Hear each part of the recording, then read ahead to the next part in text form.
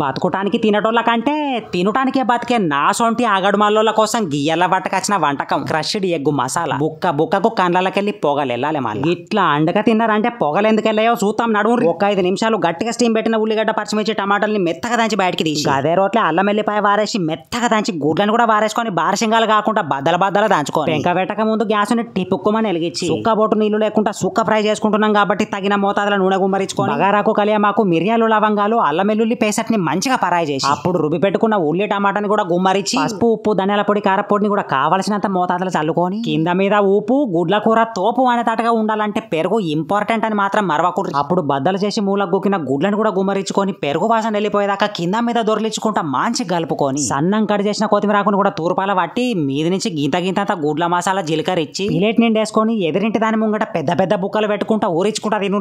పాటన మిమ్మల్ని ఏమన్నా అన్నారంటే నాకు మాత్రం చెప్పకూరు, నేను పోతాను ఇక.